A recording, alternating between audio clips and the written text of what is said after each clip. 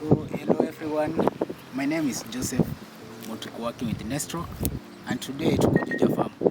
As you can see, the Juja Farm. So it's a very good place. Mali kuna watu.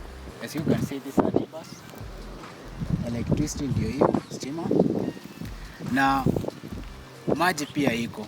So it's a very good place. And you say Juja Farm is one of the fastest growing areas of Kiambu County.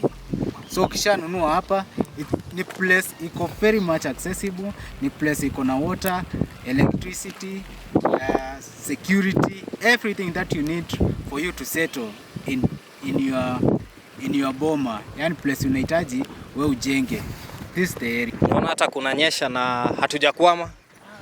Juja Farm is the place.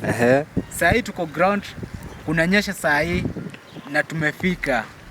Si ati ni place unaenda unaambiwa kwanza hata gari huko, then uanze kutembea. Ukiangalia hatuna matope. So this is the place. This is the place where you need to purchase and build your house.